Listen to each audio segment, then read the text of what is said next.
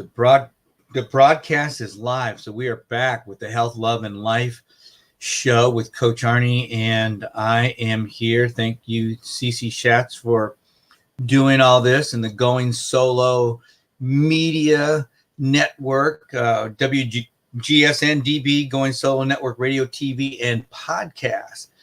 It's a great network. She's got a lot of wonderful shows on there. You need to check her out and all the other shows as well. I've got to do a better job of getting out the link to everybody so that people can see me.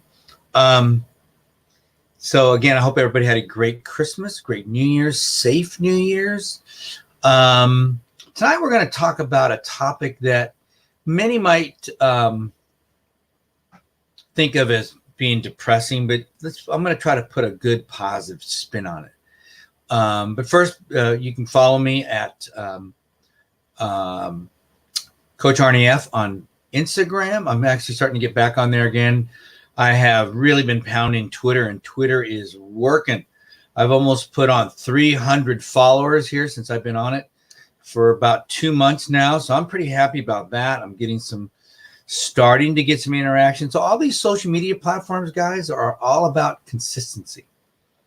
You know, especially if you're doing it organically. If you're paying for stuff, good luck. But holding on to those folks are going to be different because they don't know who you are.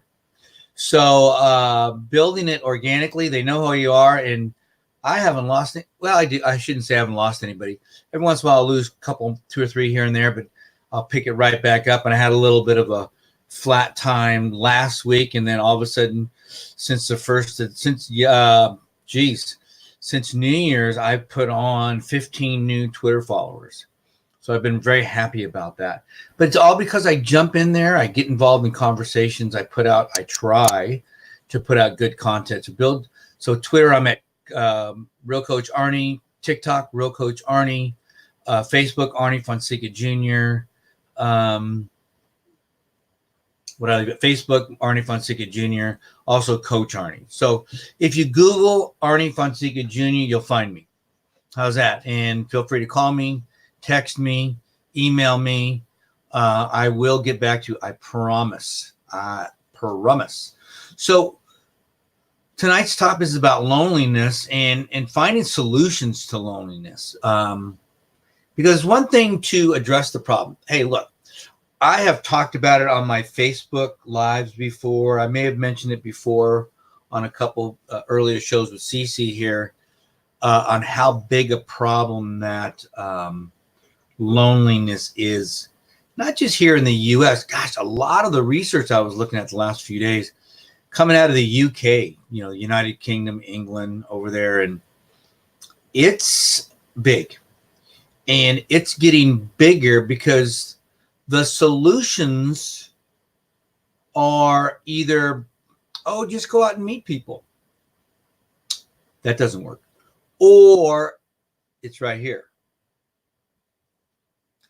And when we realize that the people doing this to us, you just need to meet some people. And that doesn't work because they don't get this. And we know that the answer is in here, but we're afraid of this. It's a lot easier just to isolate. And men are notorious for that. Men are just really bad at that.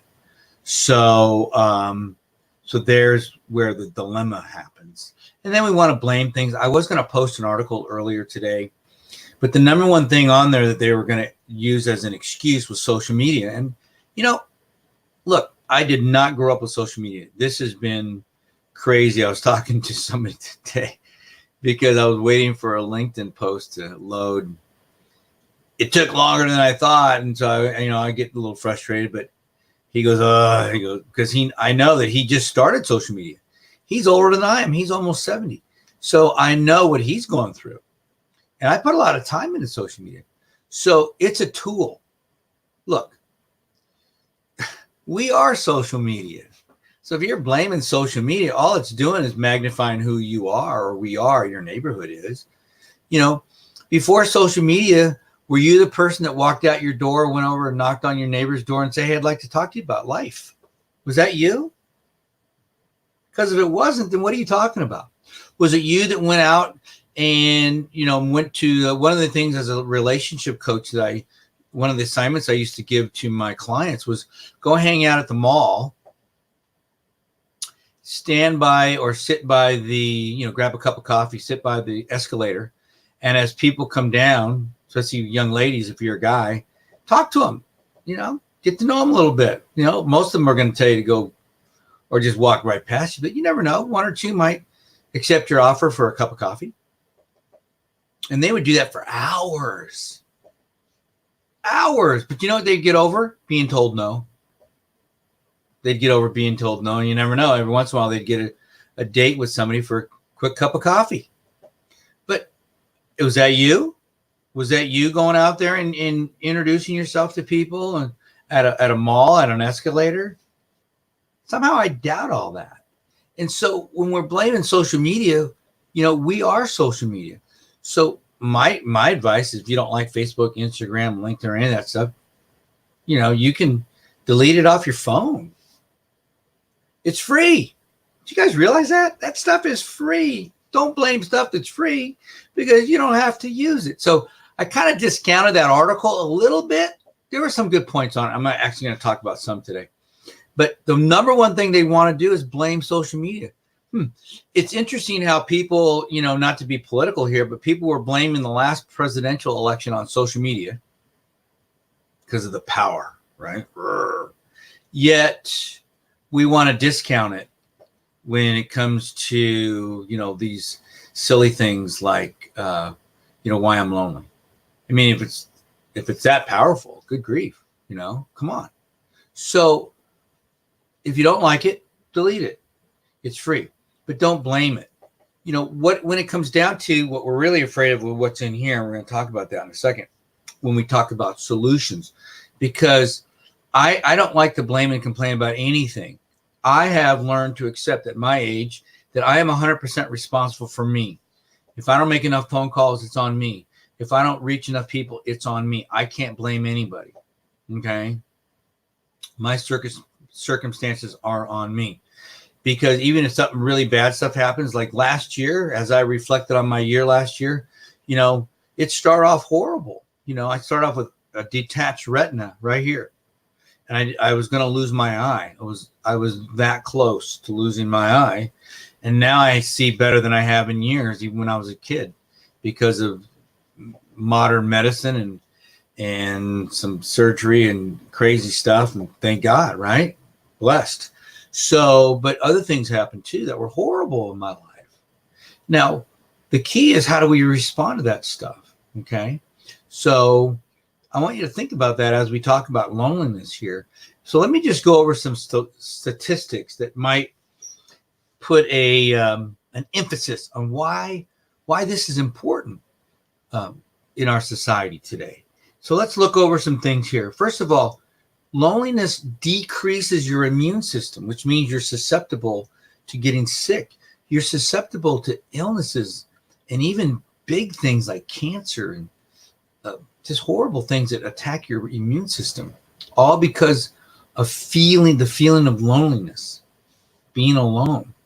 I mean, gosh, that alone will make you kind of think, won't it? It increases inflammation. See, I'm an exercise physiologist, and I'm always aware of my inflammation too. And that's why I try to have regular blood tests. And in my last blood work, it showed my inflammation was very low. That made me feel good, because I know that that's a reflection on how I'm eating, how I'm resting, how I'm working out and doing those things like that. But if your inflammation is high, you are susceptible to injuries and illness. And I think that a lot of illness in this country is because our inflammation is so high from stress and from the way we eat. And I think it really causes a big problem. We're not going to get too deep into that, but we're going to talk about a little bit more nutrition here coming up when we talk about my hopeful principle. So increased inflammation, loneliness causes a problem with sleep. So there you go. Now you're adding back to your inflammation because you're not getting a good sleep. It is, they've compared it. I read one study where being lonely is compared to smoking 15 cigarettes a day. That's the effect on your body. I don't know how many cigarettes are in a pack. Somebody can text me or something. But that's a lot. That's a big impact, guys. Come on. It could increase your blood pressure. It could cause depression. It could even cause dementia, especially for those that are older. But there are forms of dementia that for younger people that become forgetful. But for older people, obviously, it's much more prevalent. But it can cause that, and a lot of the loneliness is in our older population. We'll cover that here too. 50% feel. Oh, excuse me. Here. How about this? Twice as likely to develop Alzheimer's. Wow. And these are studies that people do. So, but I'm just saying the trend is this. It's not this. The trend is this, meaning that the things that are negative from loneliness are going down. I don't see very many things going up. Hey, it's wonderful when you're lonely because you get all these great things. I didn't read those studies. I didn't see them. Maybe they're out there. If somebody finds them, let me know. Shoot them over to me. I'm all about positive and learning, but I didn't see that. So twice as likely to develop. 50% feel that sometimes they're left out. This is again getting into my hopeful principle. They're left out. No one knows who they are, and no one understands them. Big. And that's going to be part of our solution tonight, because I'm not just giving you this stuff because I want to hear myself talk. I want to come up with some solutions that we can put into play tonight, right now, as soon as you hear this, whenever you're listening to it. Again, it can, getting back to the mental part, can lead to depression. We talked about that, anxiety, and even schizophrenia. See, I think, and I'm not a scientist. I just play one on Facebook or wherever we're at. But I've been studying the brain long enough to know that when you start to screw with the chemistry of the brain, weird stuff can happen. And emotions control hormones and vice versa. And when you start messing with that stuff because of how you feel, it will really mess with this right here. Okay? It really will. So that's why I'm taking this really serious. And that's why I'm trying to develop some programs. I am developing some programs, especially for the kids. I've been dealing with older people in loneliness for a long time. Gosh, since 1986. Okay. But now it's become even a bigger, well, I'm not going to say bigger, but I'd say it's faster growing with our younger people. Loneliness, it's so bad. Here in Arizona, they actually started a program this year that you have to go in and get certified on why this suicide rate is so hard. I would like to see that, because when people start certifying people for these things, it's like that certainly doesn't make you an expert in it. Kids see right through that stuff. If they do, they see right through that. They know a pro when they see one, and they know somebody who cares when they see one. So trying to be something that you're not might, I don't know, I'm just guessing, might make things worse. So those are just some of the things. Those are just some of the things that loneliness can cause. Now, as you look at all that stuff, they're not good. I mean, they're not good. All those things can be physically very seriously debilitating to you, to your ability to work, to your ability to be in quality relationships. So you get kind of caught up in that crazy eight that I've talked about here. If you're spinning back and forth in this crazy eight, this little infinity sign, if you're cruising back and forth in this dilemma of loneliness, and what can solve it, what can't solve it, and you can't break that pattern. It gets out of control. It gets out of control, and then it even spins you deeper into this depression and whatnot. So let's take a couple minutes now that we've got into this a little bit before we take our break. Let's talk a little bit about solutions. I want to spend the majority of the next 30 minutes or so that we have left talking about solutions, okay? So one of the main points that I found, and it kind of solidified my own thinking, because part of me wants to say, hey, just go out and meet people. Easier said than done. I mean, I've been in situations where I didn't feel comfortable. I didn't want to meet anybody. I was very comfortable with just being a wallflower, having a drink and just sitting back and watching everybody else. I was very comfortable doing that. Now, there have been times where I wasn't very comfortable doing it, and I wanted to get out there and meet people, but I didn't know how. So sometimes you just have to take that bold step, and that's hard. It's kind of like I talked about change today on a post I did, video, on how hard it is to change, because everybody wants to do their goals, which we talked about a few weeks ago. But goal setting or goal implementation requires you to take off like a rocket ship to change. It's like a rocket ship going boom. And for people that have been laying around on the couch that want to lose weight and want to get back in shape and want to do something with their lives, that's going to take quite a bit of an effort. Some people will start off by doing way too many goals and get overwhelmed, and then that'll put them out of action.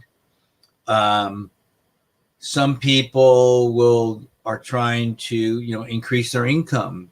Maybe they're trying to they're going to make more sales calls this year. But if you haven't been working on it, it's going to be hard. That first call is going to be tough. And breaking through to those next 5, 10, 20 calls is going to be tough because you haven't been practicing it. It's kind of how loneliness is, If you haven't been practicing being personable, it's hard. So I'm not sitting here to tell you to go out and meet people. That's not my solution. But what we need is closeness. Think about that word for a second. Drill that into your head. Closeness. Feeling of closeness, of knowing and caring. That's the number one solution to loneliness. So we're going to talk about from two different ways. One, what you're looking for. Two, what you can do to attract it. Okay? Closeness. That feeling that somebody cares and understands you. Powerful. Some of you that are hearing this right now probably go, that's me. That's what I want. We all want that. We all want that. Are you kidding me? We've talked about this before, but the number one fear in the world is, well, I'll give you the first two.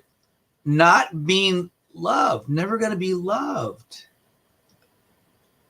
That's like the ultimate loneliness. And the number two is I'm not good enough, or whatever that might be. But, not being loved. Think about that, because if you don't love yourself, you're on the couch, man. You're going to need an atomic explosion to find that love, because if you can't love yourself, it's going to be really hard for other people to love you. It will. It will be extremely hard. So that's a good place to start as far as you understanding what it's going to take to kind of bust through this whole loneliness thing. Because you can solve it. You can solve it tonight. You can solve it right now. Unless there is a true blood chemistry issue going on, which there might be. There might be.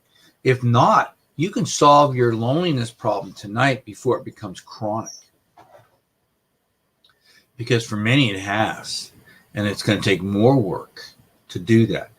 But first, I want to take a quick minute to a little pause here to remind you guys about WGSN-DB Going Solo Network Radio, TV, and podcast, the Internet Singles Talk Network with Cece Schatz and all her great shows on there.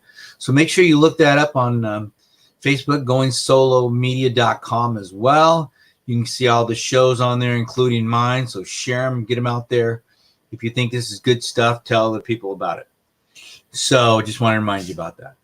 All right. Like, share, comment, subscribe. I like that. So let's get back into solutions. So we talked about needing closeness, and I defined it as the feeling of closeness, meaning that people get to know you and they care about you.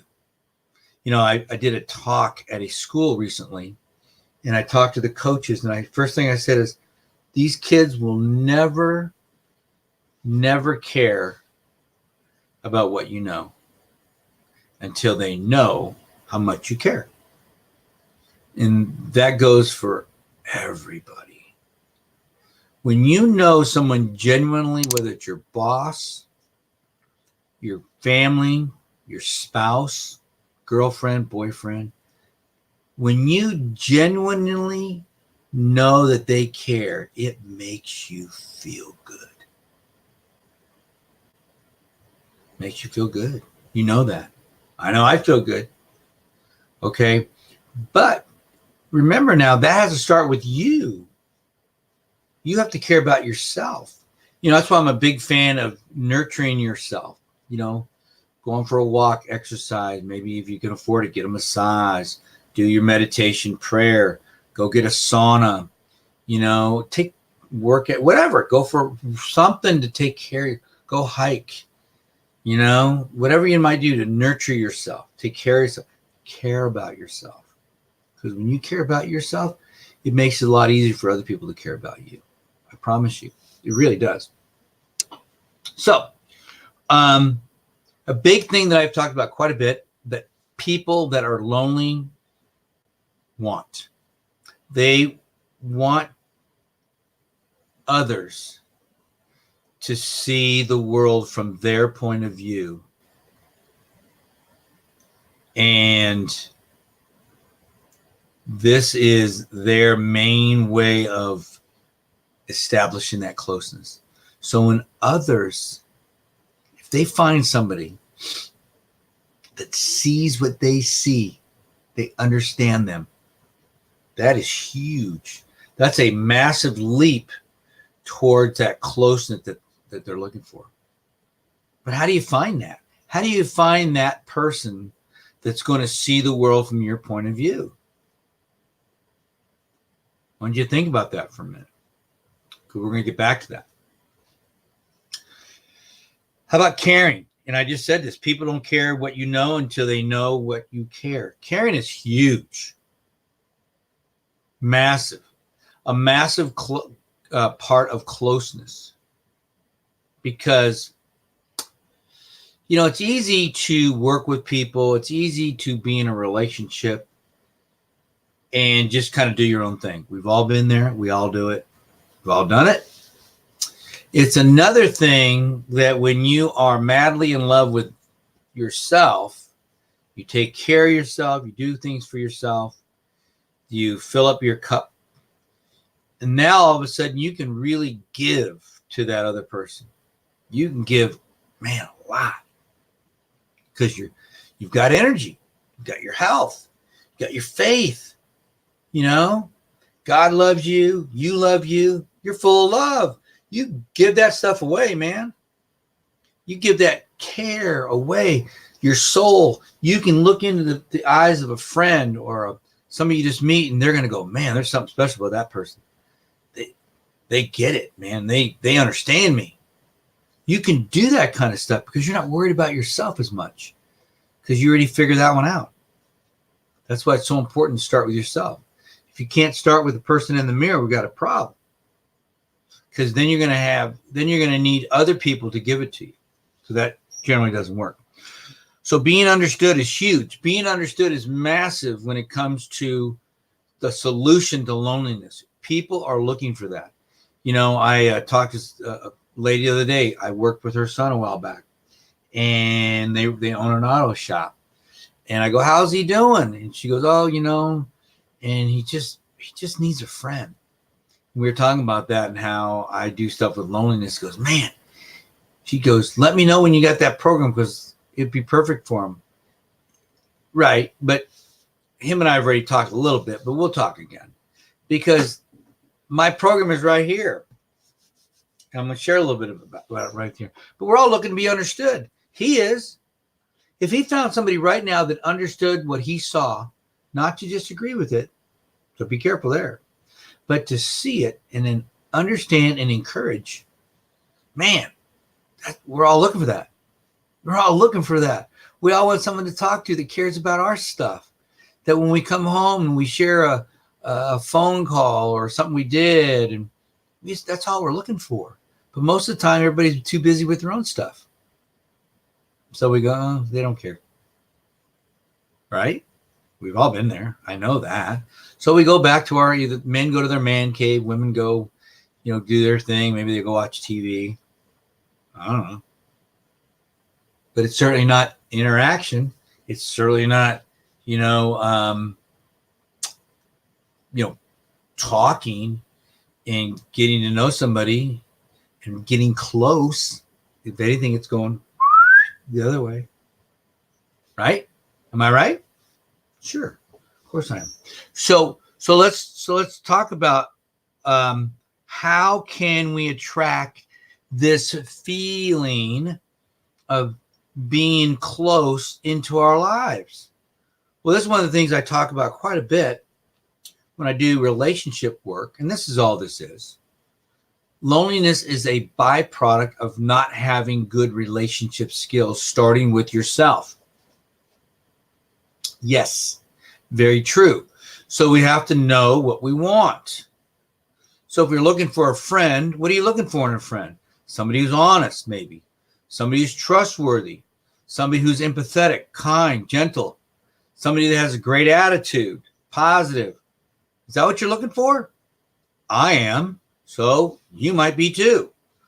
So if that's what you're looking for in a friend, which would be great, and they're understanding, and they have time, and they maybe have common interests, man, would that be awesome? Am I right? Right? Huh? All right. And maybe they're close to your age even. That'd be cool. So you don't have a mentor or a friend that's like 50 years older than you. Been there, done that. But you have, you even a lot younger, but we've all had younger, as we get older. But for you young guys, you don't want to be hanging around with a 12-year-old. I hope not. So all these things are what you want. Now, once you know what you want, now you got to dig deep right here. Dig deep. And you have to make some changes in yourself on how to attract that. Well, one thing is you can't spend all the time in your room. 2, you can't spend all the time on social media obsessing about what other people have. Maybe use the social media as a tool and get in there in groups and interact with people, get some people skills going, compliment people, encourage them, be a positive force. Don't go in groups and just dump on people where they're going to think you're a nut, and get in there and engage in a positive manner. And guess what? You're going to make some friends. I promise you that. Swear. Okay. So that's a key to using social media to your advantage, because you're going to get to interact with a lot of people. Now, is it all one-on-one? No, but there are a lot of local groups. I've got probably 10 local Facebook groups that I'm a part of. I don't do a lot of interaction on them because I don't have that kind of time, but they all meet as well in a physical location every once in a while. But if you get to know everybody in the group and you're interacting, you go meet them, say, oh, wow, God, Arnie, Grad, I'm glad to meet you finally. It's so nice, blah, blah, blah, blah, blah. Okay? And people are always having events. Man, I can't wait to get back. I did a storytelling event a couple of years ago. It was so much fun, but I picked up clients on that at that time slot. So now I'm waiting for them to have another one when they have an open time slot on another night, because I got a big kick at it. I got to meet a lot of people. It was outside in a book store area. It was wonderful. It was fun. So just doing weird stuff like that, you get to meet different people. You get encouraged by people. It's fun. But that's from social media. I would never have found that out if it wasn't for social media. Okay? So use it as a tool. So what we want to do now is you have to start to develop those same characteristics that you're looking for other people. You want to find somebody that is trustworthy, you become trustworthy.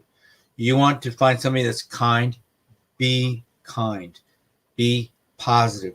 Be unselfish. Be giving. Be whatever it might be that you're looking for. Whatever it is, fit, get fit. Start a walking program. Invite other people to come walking with you. That's my time that I don't usually. Even though this weekend I'm taking my grandson to the Grand Canyon, but that's for him. I'm just there to make sure he has a good time. But that's because I've already taken care of myself. See, I've already done my training.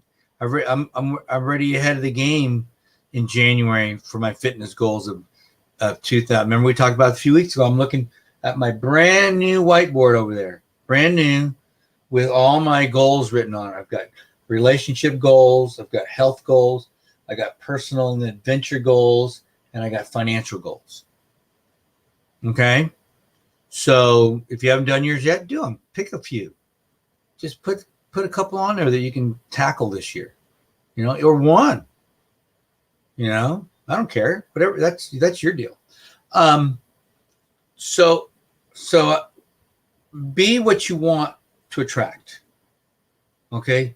Be what you want to attract. It's really important when it comes to attracting somebody into your life as a friend. So if you're looking for those same qualities and you become those qualities, I promise you it's going to be a lot easier to bring that into your life. Okay? It really will be. And it just works. So give it a try. Now, let's get into something here that I found as the number one solution. And it's funny that I read this. I read a couple articles just earlier today on this, and because I gave this out, and believe me, I'm not saying I'm a genius. It was God telling me to tell this mom about her 33-year-old son. Yeah, 33. That's lonely. And I said, volunteer. And she goes, oh, yeah, he wants to do that. Okay, get it. Wants to do that. No solution. Doesn't know how. It sounds good. So I said, here's what I want him to do. There are some organizations, find out when they're doing certain things, because I did that for, almost 2 years. And I got to get back into it. This has been my year from craziness. So, but I went and fed the homeless. But you don't have to feed the homeless. I happen to like that. You can volunteer in the soup kitchen and, prepare the food, deliver the food, clean up this place, set up the tables and chairs, clean up, whatever.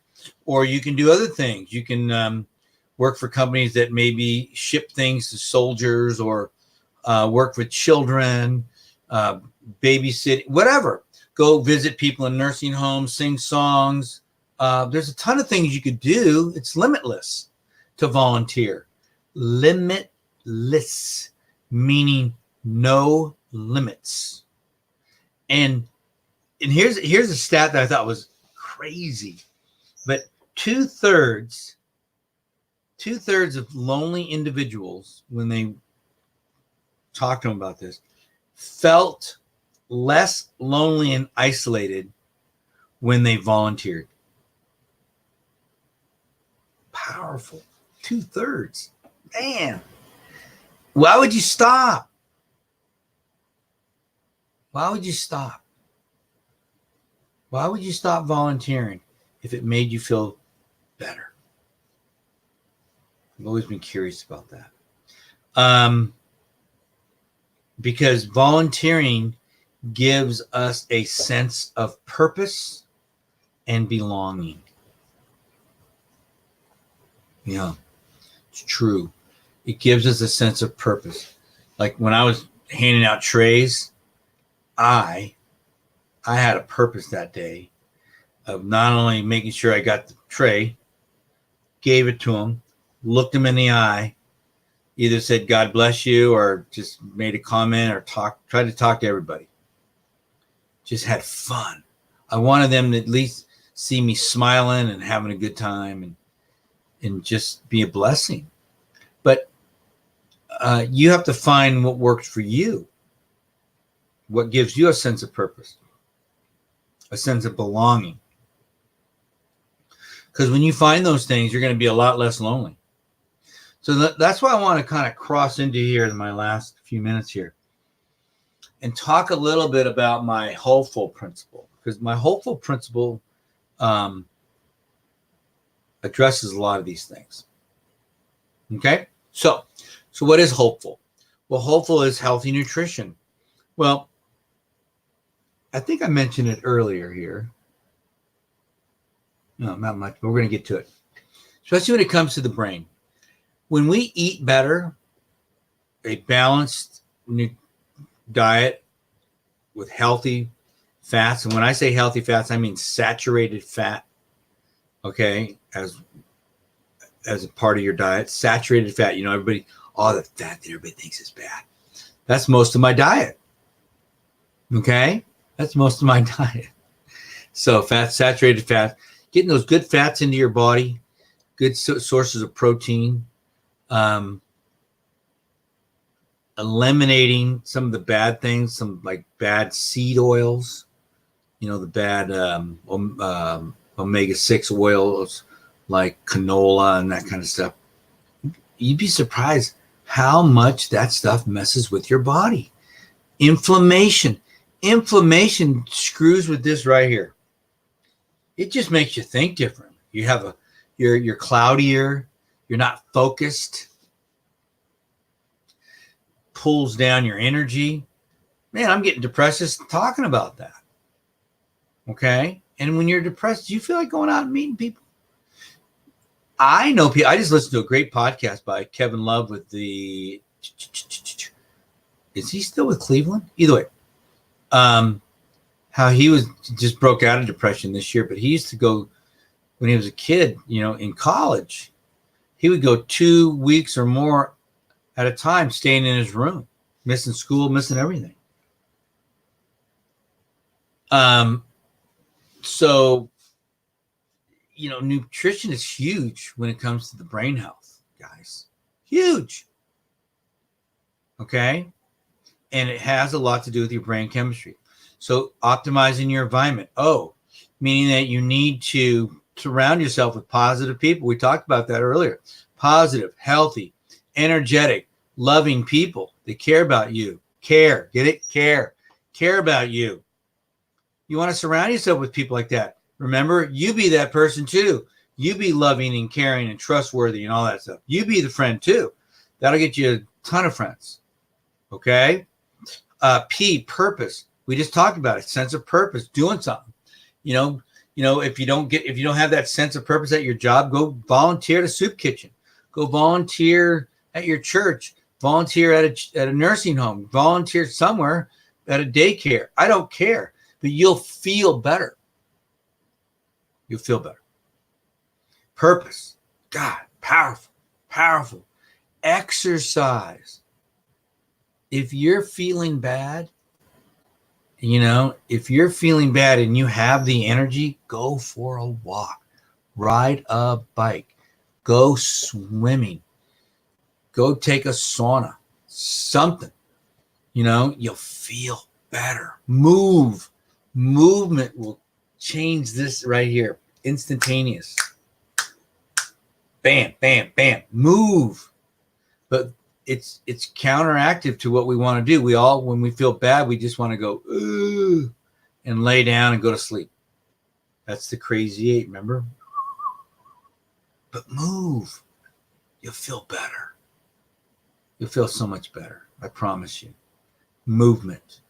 So that energy, that exercise, energy, so important. Health. I mean, you put H and E together, you're 90% of the way there to beating this whole loneliness thing. You eat better, take care of yourself, exercise, you're 90% of the way there. Plus, you're going to meet people. Okay, let's look at faith. We haven't talked about faith tonight, but I tell you what, probably one of the biggest, if not the biggest ingredient of hopeful is faith. Because faith will give you everything you're missing. Faith will give you that love. Faith will give you the encouragement. Faith will give you everything, purpose. Because it's just what you got to believe, man. It's just what you're believing. And you got to believe it. That's called faith. And when you know that God loves you and you're loved, and you know that all these wonderful things are available to you in your world, and you're grateful for that, and you have a sense of gratitude, and you're grateful, and you have a loving spirit and forgiveness, you forgive, you're focused, you're not going to let your past slow you down anymore. You're going to put your stake in the ground, and you're saying, I'm done with this whole stuff, letting my past mess with my future. That'll help. Okay. Faith is powerful, especially you'd be surprised if you join a church or another spiritual group. You never know what you're going to run into. You might run into some trustworthy, kind, loving, empathetic people. So then we have usefulness. Big one. Remember we talked about closeness? Remember we talked about all not feeling a part of something? We have the ability to help everybody become a part of something. If you're at a group and somebody new walks in, why can't you be the guy who walks over there, put your hand on their shoulder, shakes their hand and say, hey, my name is Arnie. What is your name? And they'll say, Jim. Great, Jim. Hey, Jim, let me introduce you to a few people. I want to welcome you here. Whether it's a new student at school, business group, new employee on your team, it doesn't matter. In the military, introduce people to people, and you'd be surprised what you can do to help encourage them to feel better. Okay? It works. It really does work. So just be aware of that. It works. And making people feel useful is so powerful. Making them feel like they belong is so powerful. It will really pull them potentially out of that loneliness if you just try it. Now, on the other side of that, you can attract that into your life as well by being that person that maybe introduces somebody to somebody, that maybe makes somebody feel, a part of something. When maybe somebody's sitting in the corner and you go, hey, I get it. I feel the same as you. I don't want to get out there and meet people either. Who sees when somebody's really struggling, like maybe they're sitting on the side of the road or whatever, and you just go up to them and say, hey, introduce yourself. It's hard, but they're worse off than you are. But making people feel like they matter is so powerful. Like there's a use for them still being around. Like they matter. Because we haven't got into it tonight, but suicide is off the charts. And when you commit suicide, because you don't believe you matter anymore.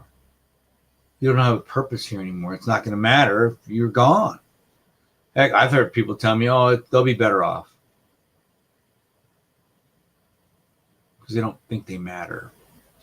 We have to make people feel like they matter. It works. I promise you it works.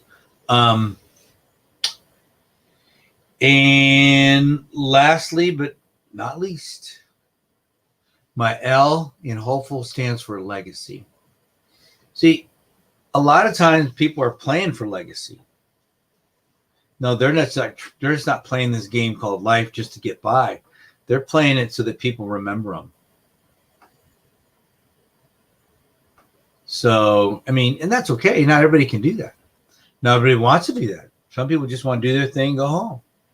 But if not, maybe you want to be the number one grandmom or grandpa in the world. Maybe you want to be the number one husband or wife in the world. Maybe you want to be the greatest boyfriend or girlfriend in the world. Maybe you want to be the greatest teammate, friend in the planet. You're going for all-time friend, all-time husband, all-time wife, all-time. That's what you're shooting for. Legacy. Because you can. You can. By just doing that little extra when you need to. And quit worrying about what other people think. You do things, you do you better. You give everything you got. Because when you love yourself, when God loves you, you can give and give and give and give. And remember, last but not least, is give what you want. If you want caring and closeness in your life, give it. Give it. It works. It's going to be scary. It's going to be hard, but you can do it. Give what you want. And pretty soon you're going to have more closeness than you can imagine. But you got to start. Starting is hard. Hard work, but you can do it. All right, guys, this is Coach Arnie. First show of 2020 on the Going Solo Media Network with WGSN-DB Going Solo Network Radio, TV, and podcast. This is Coach Arnie with the Health, Love, and Life Show, and would love to talk to anybody that's struggling right now. If you're struggling, send me an email, send me a text, send me, call me. If I'm up, I'll answer the phone. If not, leave me a message. I'm not one of these people. I listen to voicemail. I read text. You can DM me on Twitter, Facebook, Instagram, LinkedIn. I answer all of them. Okay. So, but if you're struggling right now, let's get some help for you. If it's something that we can do together, let's do it. If not, let's find you somebody who can. Okay. Because the bottom line is, I want you to feel better. I want you to feel better about yourself and life so that you can live and have a fulfilling life. Hey, guys, I hope everybody had a great New Year's and you're all safe and ready to rock and roll.